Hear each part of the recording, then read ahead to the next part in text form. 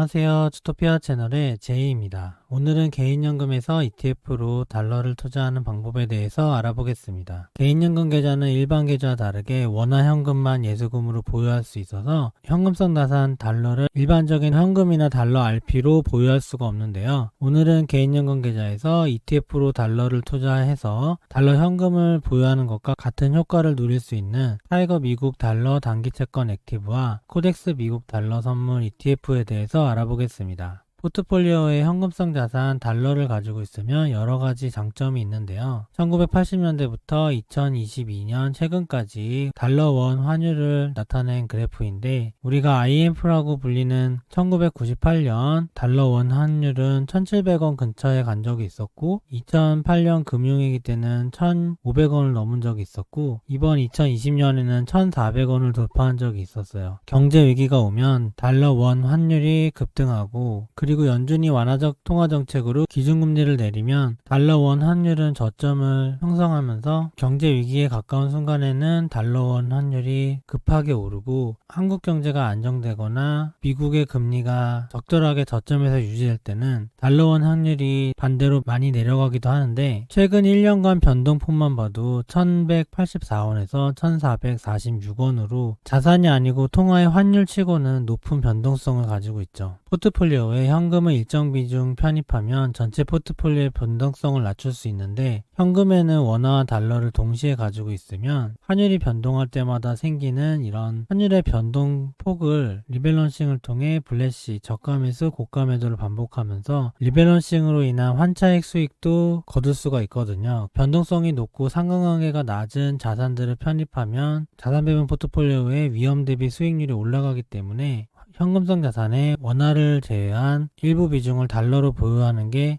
더 유리하거든요. 그리고 달러 자체가 안전자산의 역할을 하기 때문에 경제 위기 구간에는 달러가 크게 반등하면서 주식 같은 위험자산에서 손실이 난 것을 적절하게 해지해주는 역할도 할 수 있어서 포트폴리오에 달러 현금성 자산이 있으면 유리한 점이 많습니다. 연준의 기준금리 사이클을 나타낸 코스틀러니 달걀 그림인데, 미국의 기준금리는 순환하면서 어느 순간에는 경제 위기 구간을 지나게 되는데, 현재 저희가 있는 구간은 금리 고점 직전 단계이고, 앞으로 금리를 더 인상할 수 없을 때 금리가 일정 부분 내려가면서 경제 위기를 대비해야 되는 시점이 올 수 있는데요. 경제 위기에서 가장 필요한 안전자산 중에 유동성 부족이 최고치에 이를 때 달러 현금이 가장 큰 안전자산 역할을 하게 되고, 금융위기에서 유동성 위기가 어느 정도 지나면 미국채 TLT가 오르게 되고요. 금리 저점을 형성한 다음에는 금 가격도 상승하게 되거든요. 가장 위급한 순간에 필요한 안전자산은 미국채보다도 달러 현금 그 자체일 수 있기 때문에 포트폴리오에 달러 현금을 보유하는 것은 경제 위기를 대비하기 위해 큰 의미가 있는 것 같아요. 그런데 개인연금에서 달러 현금을 직접 보유하는 게 불가능하기 때문에 개인연금에서 달러 현금성 자산을 편입하려면 달러 투자가 가능한 ETF를 활용하면 되는데요. 여러 가지 ETF가 있고 레버리지와 인버스 ETF가 있는데, 그 중에서 원화를 그냥 단순하게 달러로 환전해서 보유하는 효과를 가진 ETF는 두 가지 정도가 있어요. 타이거 미국 달러 단기 채권 ETF와 코덱스 미국 달러 선물 ETF 두 가지가 있고, 두 가지 ETF는 해외 채권형 파생형 ETF이기 때문에 국내 기타 ETF로 분류가 돼서 일반 계좌에서는 매매 시 양도소득세가 부과되거든요. 그래서 비과세 계좌에서만 사용하면 되고, 이 비과세 계좌는 개인연금 계좌를 이야기하는 거고요. 미국 달러 선물 ETF는 개인연금 계좌에서만 되고, 퇴직연금 IRP 계좌에서는 투자할 수 없는데, 타이거 미국 달러 단기채권 액티브는 퇴직연금 IRP 계좌에서도 투자를 할 수 있습니다. 먼저 코덱스 미국 달러 선물 ETF를 알아보면 달러화 자체에 투자할 수 있는 ETF라고 볼 수 있고, 기초지수는 KRX 미국 달러 선물 지수를 추정하고요. 원달러 환율과 거의 유사하게 움직입니다. 2016년 12월 27일에 상장했고, 시가총액은 1292억 원으로 총보수는 0.25%고요. 달러에 투자하는 ETF 중에서는 보수가 제일 저렴한 편이고, 달러 예적금이나 RP를 매입할 수 없는 개인연금과 같은 비과세 계좌에서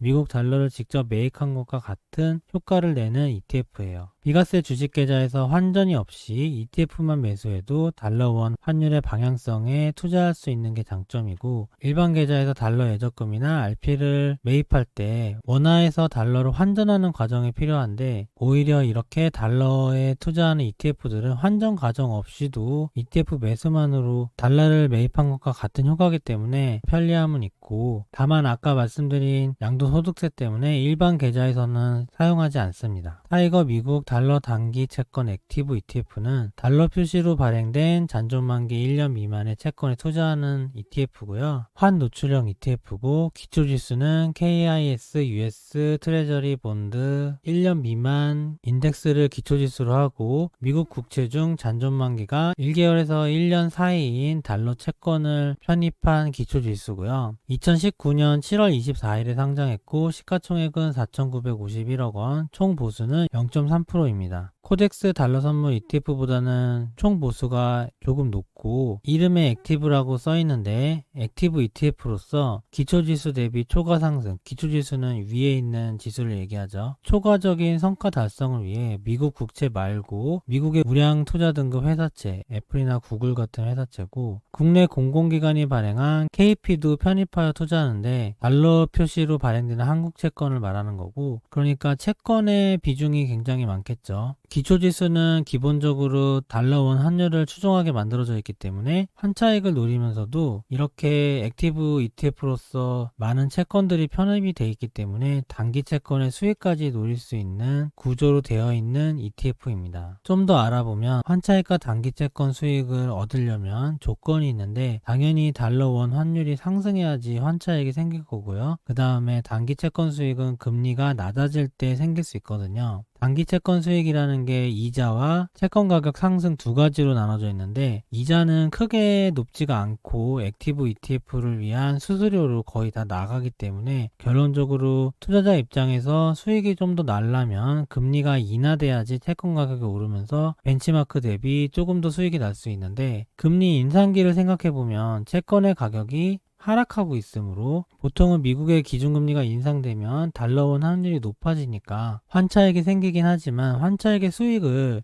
채권 가격 하락으로 일부 반납하게 되죠. 그리고 금리가 인하되는 시기에는 채권의 가격이 상승하는 효과는 있겠지만, 보통 미국의 기준금리가 인하되면 달러원 환율이 하락하는 경우가 많죠. 그래서 환차익 자체가 발생하지 않기 때문에 결국엔 손실 구간이 되는 거고, 따라서 달러원 환율이 오르면서도 완화적 통화 정책이 시행되는 구간이 최적의 투자율을 나타내는 구간인데요. 그 구간이 바로 금리 고점의 전후라고 할 수 있고, 지금서부터 금리가 고점을 찍고 금리가 내려가는 초기 구간, 그 정도 구간까지가 타이거 미국 달러 단기 채권 액티브의 최적화 구간이라고 할 수 있어요. 만기 1년 이하의 단기 채권은 변동성이 작기 때문에 솔직히 코덱스 미국 달러 선물이나 타이거 미국 달러 단기 채권 액티브나 큰 차이는 없어요. 달러원 환율과 달러 ETF 두 가지를 비교해 봤을 때 이 그래프는 파란색이 달러원 환율이고, 노란색이 코덱스 미국 달러 선물 ETF, 에메랄드색이 타이거 미국 달러 단기 채권 액티브 ETF인데, 최근 1년간 수익률을 보면 거의 일치하게 움직이고 있죠. 1년간 달러원 환율이 6.14% 움직였을 때 코덱스 달러 선물은 오히려 조금 더 높게 7.21%의 수익을 거뒀고, 타이거 미국 달러 단기 채권 액티브는 좀 더 원달러 환율과 비슷하지만 약간 부족한 성과를 냈죠. 일반적으로는 원달러 환율과 코덱스 달러 선물과 타이거 미국 달러 단기 채권 액티브는 비슷한 흐름을 보이고 비슷한 성과를 내지만, 금리 인상기에는 타이거 미국 달러 채권 액티브가 좀 더 불리한 면이 있어요. 채권 가격 하락으로 인해서 환차액이 조금 상쇄돼서 그러는 거고요. 두 가지 달러 ETF의 결론을 내보면 타이거 미국 달러 단기 채권 액티브와 코덱스 미국 달러 선물 모두 달러원 환율과 유사하게 움직이고 달러를 환전해서 보유한 것과 같은 효과를 내는 ETF예요. 환전 비용이 없어서 비과세 계좌에서 달러 현금 자산으로 활용하기에 편리하게 돼 있고, 하지만 국내 기타 ETF에 해당되기 때문에 양도소득세가 부과돼서 일반 계좌에서는 하면 안 되겠죠. 있죠. 타이거 미국 달러 단기 채권 액티브는 최저가된 구간이 따로 있고, 최저가된 구간은 금리가 고점인 구간에서 전후 구간이라고 할 수 있고요. 코덱스 미국 달러 선물은 달러 원 환율만 검토하면은 끝이기 때문에 좀 더 편리하게 투자할 수 있는 것 같아요. 다만 코덱스 미국 달러 선물 ETF는 IRP 퇴직연금에서는 투자할 수 없으니까 IRP에서는 타이거 미국 달러 단기 채권 액티브를 사용할 수밖에 없는 것 같습니다. 어쨌든 두 ETF는 큰 차이가 없고, 개인연금 같은 비과세 계좌에서 달러 현금성 자산으로 활용하면 자산배분 투자에 도움이 될 수 있는 ETF입니다.